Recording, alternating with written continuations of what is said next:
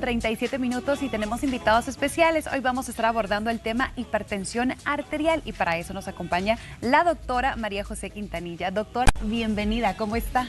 Mucho gusto, pues bien, muy feliz de estar acá con ustedes nuevamente y agradecerles la oportunidad a todos para esta invitación. Doctora, hablemos acerca de la hipertensión arterial. ¿Qué es y cuáles son los síntomas? Sí, cómo no. Mire, la hipertensión arterial surge por la presión arterial que ejerce la sangre sobre los vasos sanguíneos de las arterias, en este caso. Esa presión, cuando el médico está tomándole la presión arterial en la consulta a los pacientes, pues se traduce con la toma de la presión arterial y esta se expresa en cifras. Existen dos cifras que siempre el médico dicta para determinar la cifra de la presión arterial del paciente. Sí. La primera cifra es la sistólica y la segunda la diastólica. Cada una tiene sus pequeñas características, pero vamos a hablar de los valores que esta pues presenta. Dentro de los síntomas que tú me preguntabas, muchos pacientes pues se quejan de dolor de cabeza, hay pacientes que amanecen y de la nada aparecen con sangramientos nasales o pacientes que están aparentemente bien y comienzan a presentar mareos, aturdimiento, cansancio. Estos son uno de los síntomas más frecuentes que podemos ver en pacientes que están debutando con hipertensión arterial. ¿Tendrá algo que ver la presión ocular, que de repente un vasito se rompe? ¿Será por esto de la hipertensión arterial? A ver, la elevación de la presión arterial se ve en todas las arterias de nuestro cuerpo. Y si te das cuenta, tenemos desde la coronilla hasta la punta del dedo gordo del pie. Y sí, tiene mucho que ver. Hay pacientes que, bueno, amanecen con un ojo lleno de sangre, sí, y eso también es una alza de la presión arterial. Por eso, nosotros cuando atendemos a un paciente, siempre le tomamos la presión para ver cómo está esa presión. Existen valores muy óptimos y lo ideal es tener 120/80. Esa es la presión óptima que pudiera tener cualquier persona. Pero ojo, 120/80 en los niños no es una buena presión. Eso ya es otro problema, ya es una hipertensión en los niños. Los niños, así como las edades, hay una tabla de edad, peso y estatura, así debe de haber una tabla para evaluar presión y frecuencia cardíaca en los niños. Ese es el único plus más especial con respecto a la presión arterial.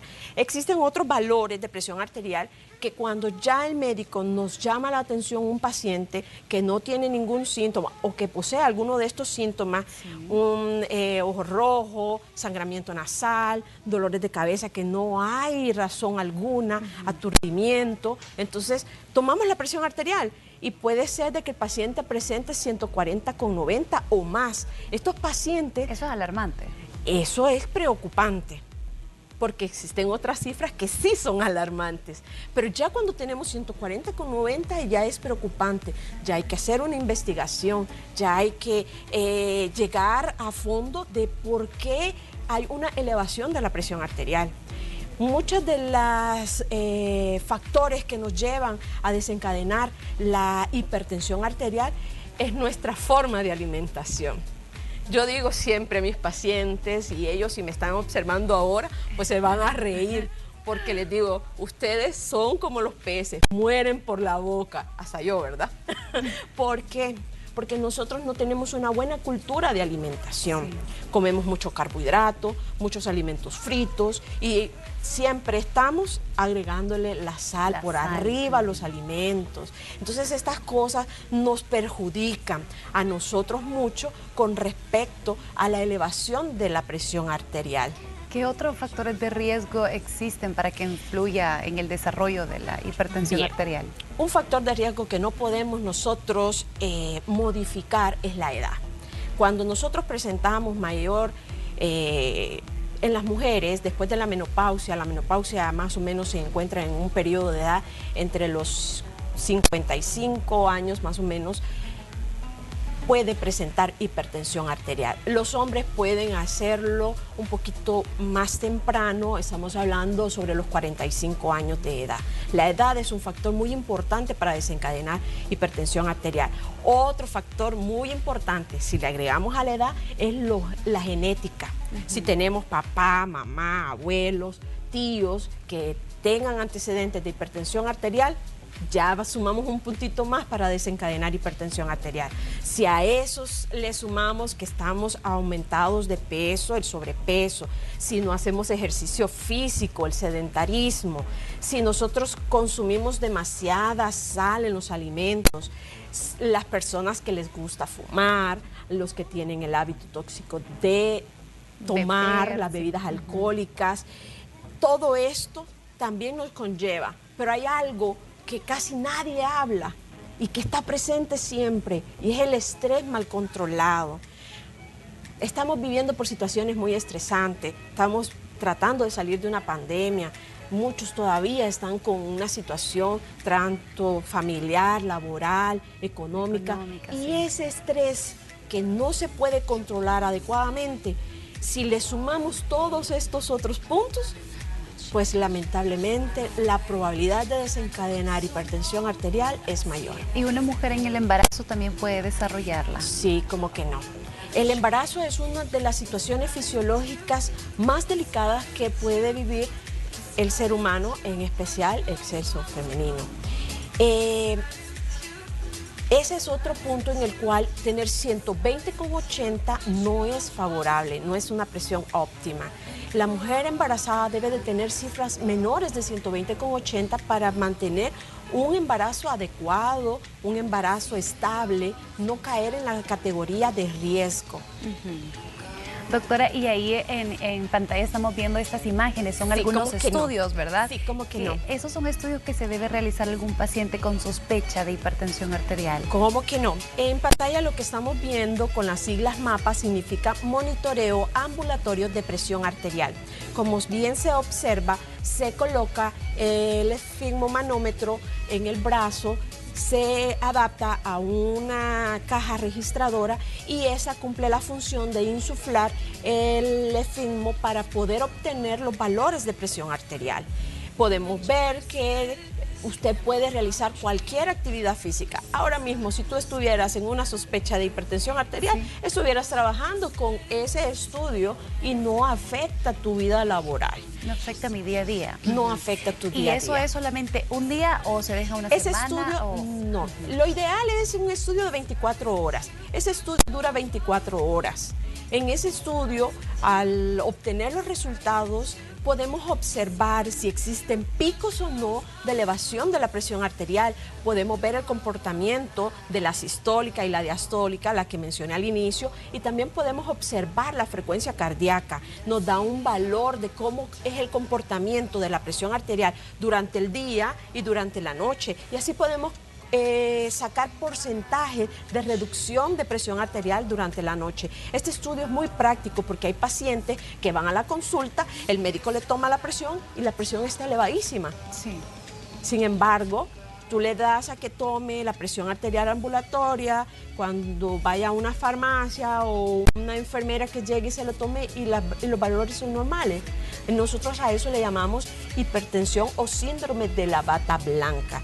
El paciente se pone muy nervioso a la hora de la consulta médica y siempre va a tener cifras elevadas. Y con este estudio nosotros podemos descartar que el paciente realmente sea hipertenso y así no le mandamos tratamiento. Sí. Podemos hacer otros estudios también, un electrocardiograma. Podemos descartar que no haya ningún problema, tanto eléctrico, dentro del paciente. Podemos también realizar un ecocardiograma, que este estudio nos da un poquito mayor profundidad con respecto al corazón. Vemos función, vemos anatomía, vemos y medimos las paredes del corazón, que estas son una de las consecuencias que puede acarrearnos la hipertensión arterial. Muy bien, doctora. ¿Qué recomendaciones le da a todos estos pacientes hipertensos? Bien. Dentro de las recomendaciones que yo pudiera facilitarles a los médicos, que siempre, a los pacientes, que siempre se los digo a los míos, es que hay que controlar el peso corporal. Nosotros somos amantes de las harinas, las pupusitas, el pan dulce, qué delicia con café. Y nosotros tenemos que tener mucho cuidado en nuestra dieta. Nuestra dieta nos va a llevar a un control del peso corporal. Y si nosotros pues realizamos ejercicios físicos, por ejemplo, tú realizas durante la semana 3 días a la semana como mínimo, y como mínimo 30 minutos, ya tú no caes en la casilla de sedentarismo, ya tú eres una persona físicamente activa. Entonces, la actividad física es muy importante. Nosotros los salvadoreños tenemos nuestras cenas bastante copiosas. Sí. Entonces, lo más rico es después de cenar, sentarse a ver la televisión. Entonces, no hacemos actividad física y todo lo que cenamos, y muchas veces lo hacemos muy noche, todo lo que cenamos va para nuestro banco de acumulación abdominal. Entonces, la actividad física es muy importante porque así tú quemas calorías, controlas el peso, comes saludable, te chequeas con tu médico periódicamente. Y lo último, muy importante, es que si ya tú eres hipertenso, tienes que saber que el tratamiento de la presión arterial es para toda la vida. Hay pacientes que me dicen, ya me siento bien, doctora, ya no seguí más con la pastilla. Error. ¿Por qué razón? Porque la hipertensión arterial no es como una gripe, que tú concluyes el tratamiento de la gripe y ya todo está bien. Sí, no, la presión arterial, si la presión cada vez que se la toman está controlada, solamente significa una cosa, y es que el tratamiento es efectivo en su persona. Y el tratamiento mantiene las presiones en óptimas condiciones para que la persona pueda realizar un día a día sin dificultad, sin síntomas, dentro de lo más normal posible. Perfecto. Doctora, muchísimas gracias por todas estas recomendaciones. Gracias. Ha sido un gusto platicar con usted. Muchas gracias. Y bueno, en pantalla también tenemos todos los contactos para que usted pueda agendar su cita con la doctora, 2484-5500, el WhatsApp también, 7746-1474, el sitio web y las redes sociales para que usted pueda agendar esa cita y chequearse. No hagamos todo o no dejemos todo a última hora hasta que ya sintamos este dolor de cabeza, que mareo que afecta lo visual. Sí. No, hay que hacerlo a tiempo. Siempre aquí nosotros lo decimos que es recomendable siempre ir a chequearse, aunque uno no tenga nada, pero siempre es bueno tomarse los exámenes. Sí, ¿cómo que no? Aunque sea como mínimo 2 veces al año. Ahí están las recomendaciones de los expertos. Muchísimas gracias, doctora. Gracias a usted. Ha sido un gusto. Nosotros Muchas gracias. Vamos a continuar con más de Hola El Salvador.